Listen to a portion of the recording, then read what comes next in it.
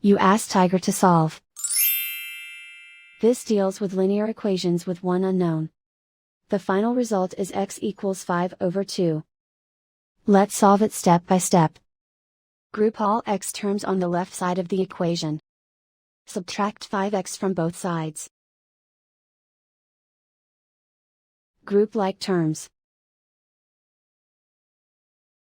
Simplify the arithmetic.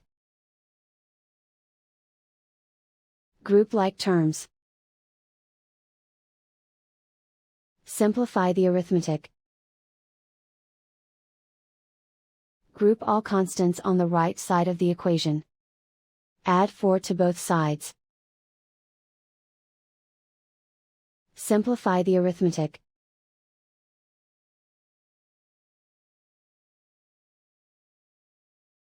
Isolate the x. Divide both sides by -2. Cancel out the negatives. Simplify the fraction. Cancel out the negatives.